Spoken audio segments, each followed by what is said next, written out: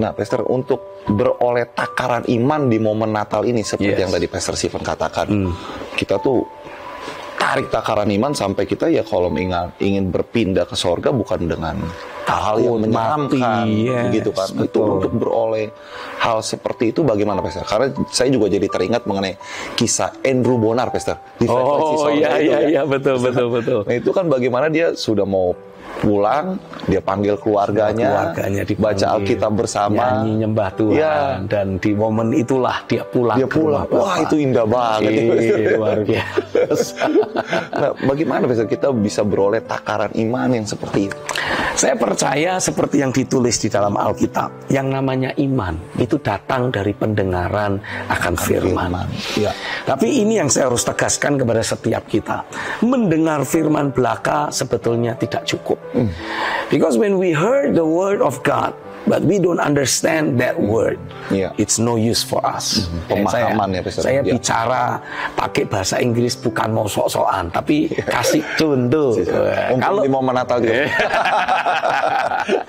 Kalau ada dari saudara yang mungkin tidak paham bahasa Inggris, kan saudara bingung, wih itu Pak Stephen ngomong apa? Saya sih pengen rada nyombong dikit gitu bahasa Prancis. Cuman masalahnya saya nggak bisa. jadi nggak bisa sombong. Jadi ya sudahlah, ngomong biar kelihatan keren aja dikit gitu. Nah, kan kalaupun kita mendengar, tapi kalau kita nggak paham, kita bertanya-tanya, opo to kui? Apalagi itu. Nah, demikian pula ketika kita mendengar firman disampaikan, kita harus buka hidup kita sedemikian rupa untuk mengalami pekerjaan Roh Kudus yang menjelaskan, memberikan pemahaman yang akurat. Sehingga sebagai akibatnya, ketika kita memahami maksud dari firman yang Tuhan sampaikan, nah, pemahaman yang kita terima itulah yang akan menjadi tolok ukur level iman yang kita akan bisa capai. Nah, dalam anugerah Tuhan, saya terus mengalami pekerjaan Roh Kudus yang membukakan penyingkapan-penyingkapan firman. Saya membaca di dalam kitab Wahyu pasal yang pertama, ketika Yesus menyatakan dirinya kepada Rasul Yohanes yang waktu itu dibuang di Pulau Patmos, Yesus berkata, jangan takut, aku adalah yang awal, yang akhir, dan yang hidup. Aku telah mati, namun lihatlah, aku hidup untuk selama-lamanya. Lalu kalimat berikutnya Tuhan berkata, di tanganku ada segala kunci maut dan kerajaan maut. Wah, itu menarik perhatian saya. Saya doa tanya, Roh Kudus ini maksudnya apa? Yesus memegang segala kunci maut. Nah, Roh Kudus menjelaskan, maut itu kan sudah dikalahkan waktu Yesus bangkit dari antara orang mati. Jadi kuasa kematian sudah ditaklukkan. Jadi maut itu tidak lagi menjadi raja di kerajaan maut. Kasihan banget. Di dunia kematian atau di kerajaan maut, rajanya sekarang Yesus. Karena dia sudah mengalahkan sang maut itu sendiri. Nah, lalu setiap kali mau merenggut nyawa seseorang, dia itu harus minta izin dulu dari Tuhan. Dia harus minta izin dari Tuhan untuk meminta kunci kehidupan atas orang yang mau dia ambil hidupnya. Karena dia sudah tidak ada kuasa. Karena dia tidak punya kuasa. Ya, kalau dulu ketika manusia masih hidup dalam dosa, ya maut bisa seenak udelnya sendiri mengambil nyawa orang. Tapi khususnya buat orang-orang percaya, tidak bisa begitu saja maut membunuh orang. Ya, jadi maut harus minta izin dulu sama Tuhan Yesus sebagai pemegang segala kunci maut. Tuhan, aku mau ambil nyawanya Stephen. Yesus tanya, emang sudah waktunya? Mintanya juga sambil takut-takut. Kan sudah kalah ini. Dia sudah kalah. Dia harus mintanya dengan sangat hati-hati gitu kan. Tuhan mau minta izin, mau ambil kunci maut, kunci hidupnya Stephen, saya mau ambil. Nah, Yesus akan tanya, Tuhan Yesus akan bertanya, memang sudah waktunya? Ya gimana ya? Ya habis dia udah jengkelin banget. Nah, mungkin kayak gitu kan. Tapi Yesus bilang, ini kalau saya buka dalam buku kehidupan, belum waktunya dia. Masih lama ini. Nah, bagaimana saya jadi mulai meyakini, loh, kalau begitu selama saya tahu tugas saya belum selesai, selama saya tahu Tuhan masih suruh saya melakukan pekerjaan di atas muka bumi ini, kalau itu roh maut mencoba ambil nyawa saya bisa tolak, saya bisa usir. Saya punya kuasa itu. Karena di dalam hidup saya yang terhubung dengan realita Tuhan, Tuhan pun memberikan kepada saya nama di atas segala nama. Ada kuasa dalam nama Yesus yang saya bisa pakai. Termasuk nama Yesus ini lebih berkuasa dari roh maut yang mendekati saya. Jadi saya bisa usir. Enak aja kamu kasih penyakit. Nggak bisa. Ini adalah paket salah kirim. Tolak. Ambil balik. Buang, ayo, singkirin. Nah, jadi kita bisa omel-omelin tuh roh maut. Karena belum waktunya. Dan kalau memang sudah tiba waktunya, yang menjemput juga bukan maut. Maut tidak punya hak. Maut bilang, Tuhan, ini sudah waktunya, harinya sudah pas, tinggal tunggu jamnya. Yesus bilang gini, bukan kamu yang akan jemput. Amin. Masa mempelai wanita dijemput preman pasar? Kan tidak mungkin Yesus kasih. Jadi yang diutus apa? Malaikat terang. Ya, sebetulnya roh kematian atau roh maut itu juga bagian dari malaikat juga, tapi malaikat kegelapan. Nah, sementara Tuhan tidak mau malaikat kegelapan yang menjemput kita. Ya, jadi Tuhan akan bilang, bukan kamu, nggak bisa. Malu-maluin aja. Ini kan aku menjemput mempelaiku. Jadi yang diutus siapa? Malaikat terang. Jadi kita pulang kembali ke rumah Bapa dengan senyum lebar, bukan dengan ketakutan. Nah, selama kita bisa terus menumbuhkan pengertian demi pengertian dari prinsip firman dalam hidup kita, dan pengertian itu harus diwahyukan oleh Roh Kudus, harus pengertian yang akurat, tidak bertentangan dengan prinsip-prinsip firman tertulis yang ada. Itu akan menjadi tolok ukur iman kita. Dan dengan demikian saya percaya, hari ini saya berdoa, seberapa banyak engkau yang sedang mengikuti program ini, biarlah kuasa firman, kuasa Roh Kudus akan terus kerja dalam hidupmu. Ada penyingkapan demi penyingkapan firman, ada pewahyuan demi pewahyuan, pengertian-pengertian ilahi yang Tuhan singkapkan dalam hidupmu, dan itu Tuhan bangun dalam dirimu menjadi takaran iman yang baru. Engkau akan menjalani tahun depan bukan dengan ketakutan lagi. Engkau akan memasuki tahun depan, menjalani tahun depan dengan roh yang berkemenangan. Karena engkau tahu dengan pasti Tuhan yang sudah menang atas segala pekerjaan iblis, dosa dan maut menyertai kehidupanmu. Dan Tuhan yang mengatur, mengontrol, menguasai segala sesuatu, bahkan termasuk berkuasa atas berbagai perkara yang terjadi di atas muka bumi ini, menyertai kehidupanmu, sehingga engkau dengan yakin akan memasuki tahun yang baru, tahun 2023, dengan penuh iman, dengan penuh keyakinan, dengan penuh pengharapan, karena engkau tahu pasti kalau Tuhan ada bersamamu, siapa yang bisa melawanmu? Bahkan engkau akan siap melakukan perkara-perkara besar. Haleluya. Terjadilah atasmu. Haleluya. Untuk beroleh pemahaman kan kita butuh percaya ya, Pastor. Nah, saya kaitkan dengan Maria, Pastor. Bagaimana malaikat menyampaikan bahwa dia akan melahirkan seorang anak, sedangkan dia sendiri belum menikah. Nah, untuk bisa percaya, Pastor, seperti Maria. Kalau saya bayangkan diri saya jadi Maria, Pastor, itu sulit banget untuk bisa paham apa yang malaikat Gabriel itu katakan, Pastor. Karena secara nalar manusia kan sulit sekali kan begitu, Pastor. Bukan cuma sulit, tidak mungkin. Tidak mungkin. Bagaimana mungkin seorang perempuan yang masih perawan kok tahu-tahu bisa hamil? Kan tidak mungkin. Nah, itu gimana caranya biar bisa kita berkata seperti Maria? Jadilah padamu seturut kehendakmu. Saya yang kau firmankan. Nah, itu gimana caranya, Pastor? Ya, saya membacanya begini. Maria ini kan orang yang percaya, orang yang beriman, dan yang datang itu malaikat Tuhan. Jadi harusnya lebih mudah untuk orang percaya kepada apa yang disampaikan oleh malaikat Tuhan. Karena dasarnya ya memang sebagai orang percaya. Karena dasarnya adalah umat percaya, orang percaya. Nah, saya coba kaitkan dengan kehidupan sehari-hari kita.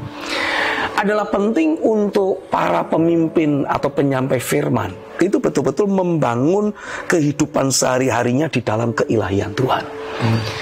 Kita harus pastikan sebagai penyampai firman, para pengkhotbah, kita tidak asal khotbah. Tapi kita hanya menyampaikan apa yang menjadi prinsip firman yang sudah kita hidupi dan kita nikmati buahnya.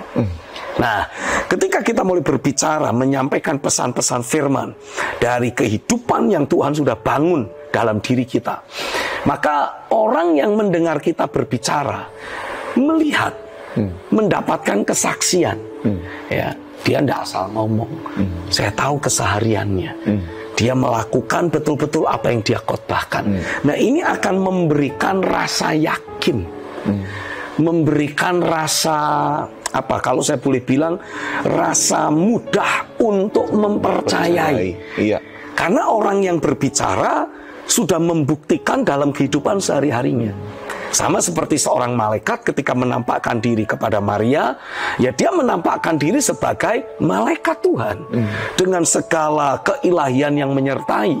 Sehingga ya buat saya aneh banget kalau Zakaria jadi sulit untuk percaya. Ya, kita membaca malaikat Gabriel yang sama yang datang kepada Maria, datang juga kepada Imam Zakaria. Iya. Tapi Imam Zakaria sampai bilang, bagaimana mungkin, saya sudah tua, istri saya juga sudah tua, kok bisa punya anak? Iya. Dia lupa kalau Abraham punya anak pada usia tuanya. Iya. Sarah itu sudah nenek-nenek pada waktu mengandung dan kemudian melahirkan Ishak. Iya. Dan Alkitab menuliskan sebelum-sebelumnya rahim Sarah sudah tertutup. Iya, sudah mati. Sudah mati haid. Ya. Jadi tidak mungkin bisa punya anak. Nah, ini Zakaria ini imam besar tapi bisa lalu bisa begitu udah usia kali bisa. Jadi lupa gitu kan bisa. Tapi saya mendapati memang ada banyak juga para pendeta yang modelnya kayak Imam Zakaria. Posisinya tetap pendeta, posisinya tetap pemimpin, tapi sulit untuk percaya pada suara Tuhan. Sulit untuk percaya pada pekerjaan firman dan roh yang hari-hari ini Tuhan ingin lakukan. Tidak bisa dipungkiri. Tapi saya mendorong kepada seberapa banyak kita sebagai para pemimpin rohani, para penyampai firman, ayo pastikan kita punya kehidupan sehari-hari yang betul-betul dibangun di dalam firman dan keilahian Tuhan. Karena ketika kita terus menjalani kehidupan sehari-hari yang memanifestasikan, memunculkan buah-buah kebenaran dari firman itu, maka jemaat yang mendengar kita berbicara itu makin mudah untuk diyakinkan. Sehingga mereka pun tidak lagi punya kesulitan untuk percaya. Ya, karena mereka mendapati, ya apa yang dia ngomong betul. Karena saya lihat dalam hidup sehari-hari, itulah yang dia praktekkan. Nah, hanya mungkin tinggal jemaat yang ada kadangkala masih dipengaruhi oleh paradigma konsep berpikir atau persepsi yang agamawi. Ya itu kan dia hamba Tuhan, lah saya ini kan jemaat biasa, jadi lainlah imannya. Ini yang seringkali menjadi paradigma agamawi yang harus kita hancurkan. Ya, saya berdoa seberapa banyak saudara yang sedang mengikuti program Ruang Tiranus ini, aku hancurkan semua konsep pikir, persepsi, paradigma agamawi yang selama ini menguasai hidupmu, yang selama ini menipu engkau, selalu menyatakan pada dirimu bahwa engkau hanyalah jemaat biasa. Apa yang terjadi sebagai kesaksian, sebagai manifestasi pekerjaan firman dan roh dalam hidup hamba-hamba Tuhan, selalu engkau komentari dengan berkata, ya itu kan hamba Tuhan, orang yang dekat dengan Tuhan, beda dengan saya, jemaat biasa. Hari ini sebagai hamba Tuhan, saya mau tegaskan kepada saudara, engkau tidak bisa lagi berkata saya jemaat biasa, karena sesungguhnya engkau adalah ciptaan baru. Engkau adalah orang-orang percaya yang dipilih oleh Tuhan untuk juga hidup melayani sebagai hamba-hamba Tuhan. Mungkin bukan sebagai pendeta, mungkin bukan sebagai full timer, tapi kehidupan sehari-harimu adalah melayani Tuhan dan memanifestasikan kedaulatan Tuhan lewat kehidupan sehari-hari. Sehingga lewat kehidupan sehari-harimu ada banyak orang yang berinteraksi dengan dirimu. Alami zaman Tuhan. Terjadilah di dalam nama Yesus. Haleluya. Ya, baik Pastor Stephen. Saya memperhatikan Pastor kisah Yusuf dan Maria karena ini juga di momen Natal. Kan mereka itu dapat ancaman pembunuhan, walaupun itu untuk Yesus, tapi kan itu ada di dalam kandungannya Maria kan, Pastor. Nah, kok bagaimana bisa mereka sebagai orang tua itu bisa tetap tenang begitu, Pastor? Kan kayak nggak ada kepanikan, tetap tenang mengikuti tuntunan Tuhan, padahal ancamannya itu kematian. Nah, rasanya kan itu kehidupan yang sebenarnya kita butuhkan ya, Pastor. Tetap tenang, mengikuti arahan Tuhan. Pokoknya ya taat-taat saja. Begitu. Nah, gimana caranya, Pastor, di momen Natal ini untuk memasuki 2023 juga, Pastor, kita bisa tetap hidup tenang dan memiliki rasa aman yang tinggi, Pastor? Ya, kalau kita membaca di dalam Alkitab kan kisahnya kan Yusuf dan Maria ini ketika itu harus kembali ke Bethlehem untuk menjalani sensus menjalani pendaftaran ulang kembali. Dan Alkitab tuliskan mereka berpindah dari satu penginapan ke penginapan. Mereka tidak mendapati ada tempat untuk mereka. Sampai akhirnya Maria harus rela tidur di kandang domba. Dan di sanalah Yesus dilahirkan. Dan kalau kita mencoba membuat perhitungan, itu sebetulnya Yesus lahir, lalu kemudian Herodes siap untuk melakukan pembunuhan, itu ada selang 2 tahun. Jadi bukan pada waktu Maria masih dalam keadaan mengandung atau Maria baru melahirkan, tidak. Itu umur Yesus sudah 2 tahun. Oh, justru waktu setelah umur Yesus 2 tahun itu? Jadi selama masa-masa 2 tahun itu, saya perkirakan mereka semua tinggalnya masih di Bethlehem. Dan pada waktu itu kan Alkitab menuliskan ada orang-orang Majus yang datang karena tuntunan bintang itu. Mereka berpikir, ya ini nubuatan dari apa yang kami yakini menyatakan bahwa seorang raja agung telah lahir. Jadi mereka berpikir kalau raja biasanya kemana? Ya pasti ke istana. Nah, dari situlah kemudian mereka pergi ke istana Herodes dan menciptakan kegegeran di sana. Herodes merasa kaget, ada raja baru yang lahir? Waduh, berarti kalau raja itu tambah gede, bisa-bisa menghancurkan kerajaanku atau garis keturunanku tidak bisa melanjutkan menjadi raja. Nah, lalu Alkitab kan ceritakan Herodes kemudian menginterview, ditanya-tanya ini orang-orang Majus yang ada, kapan kamu pertama kali melihat tanda bintang itu? Bagaimana? Apa dasar keyakinannya? Lalu kemudian Herodes juga memanggil para imam-imam yang menanyakan, kapan itu raja yang lahir itu, Mesias itu? Di mana lahirnya? Oh, menurut nubuatan dikatakan Mesias itu akan terlahir di Bethlehem. Oke, berarti kesanalah saya harus mencari. Nah, lalu Alkitab kan menuliskan bahwa pada waktu orang-orang Majus ini diutus ke Bethlehem dan bintang itu kembali menuntun mereka untuk menemukan tempat di mana Yusuf, Maria, dan Yesus yang umurnya sudah hampir 2 tahun berada. Lalu mereka mempersembahkan persembahan, kan kronologisnya kira-kira sudah hampir 2 tahun. Lalu kemudian setelah beberapa waktu orang-orang Majus ini didatangi malaikat Tuhan. Diberitahu oleh malaikat, jangan kembali ke istana Herodes. Karena Herodes sudah kasih pesan, you pergi dulu, lakukan apa yang kau ingin lakukan, setelah itu kembali kemari, beri laporan karena saya juga mau menyembah anak atau raja yang baru lahir itu. Padahal itu triknya Herodes. Lalu setelah beberapa waktu ditunggu-tunggu, ya ini saya tidak tahu hitungannya minggu atau bulan, tapi yang pasti ini orang-orang Majus ketika ditunggu-tunggu oleh Herodes nggak balik-balik. Dan ketika diselidiki, ternyata sudah pulang. Nah, berdasarkan informasi yang diberikan orang Majus itulah Herodes kemudian berhitung. Kalau dari apa yang menjadi kesaksiannya para orang Majus itu, kira-kira umurnya anaknya sudah 2 tahun sekarang.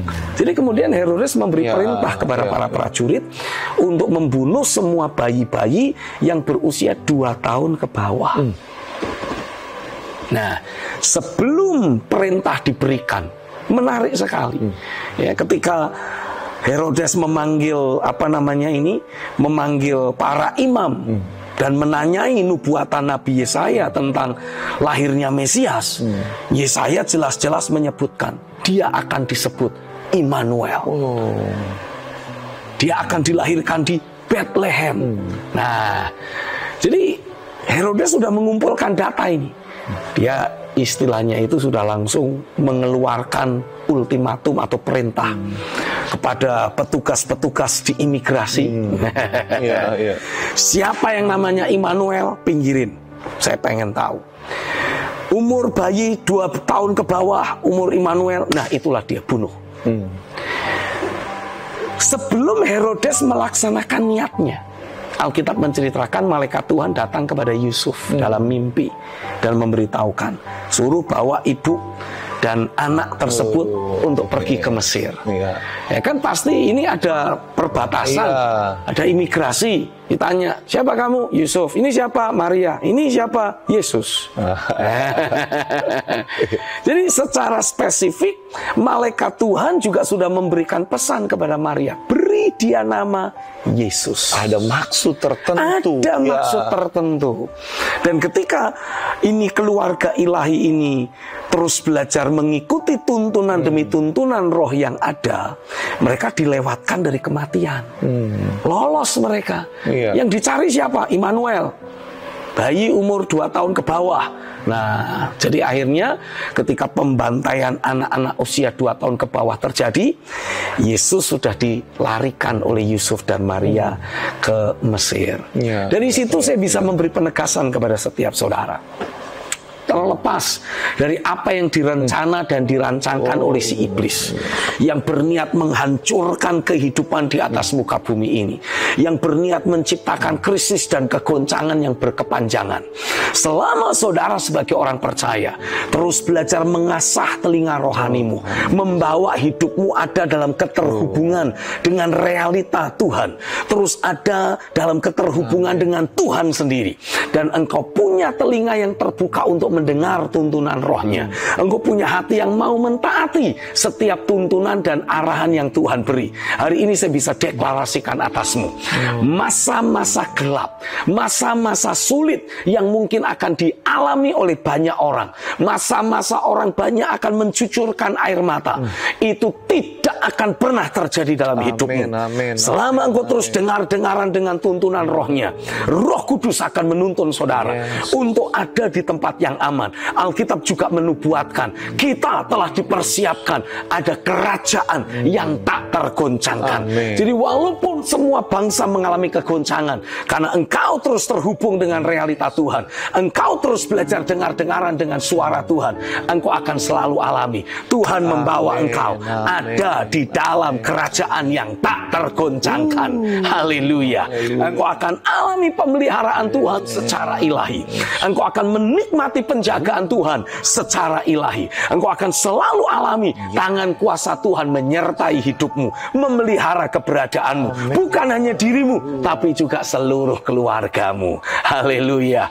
Bukan hanya bayi Yesus yang diselamatkan, tapi Yusuf dan Maria, kedua orang tuanya, satu keluarga juga aman dalam perlindungan Bapa sendiri. Hari ini sekali lagi saya tegaskan, biarlah para malaikat Tuhan akan terus bekerja menyertai kehidupanmu, akan terus menuntun engkau, memelihara engkau, menjagai engkau, berkemah di sekeliling kehidupanmu, sehingga sebagai satu keluarga engkau betul-betul menikmati ada realita Tuhan yang menjaga, menyertai, memelihara, memberi engkau kemenangan senantiasa. Terjadilah di dalam nama Yesus. Haleluya.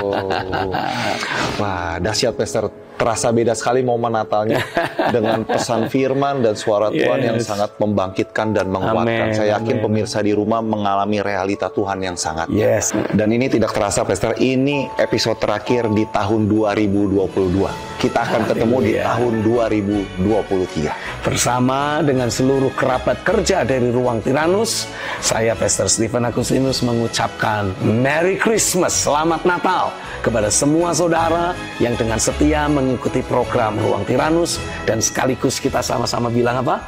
Selamat tahun baru. Kita masuki tahun 2023 dengan iman yang mengalahkan dunia, dengan roh yang berkemenangan, dengan hati yang terus berkobar-kobar. Haleluya. Kita ketemu lagi tahun yang akan datang. God bless you. I love you.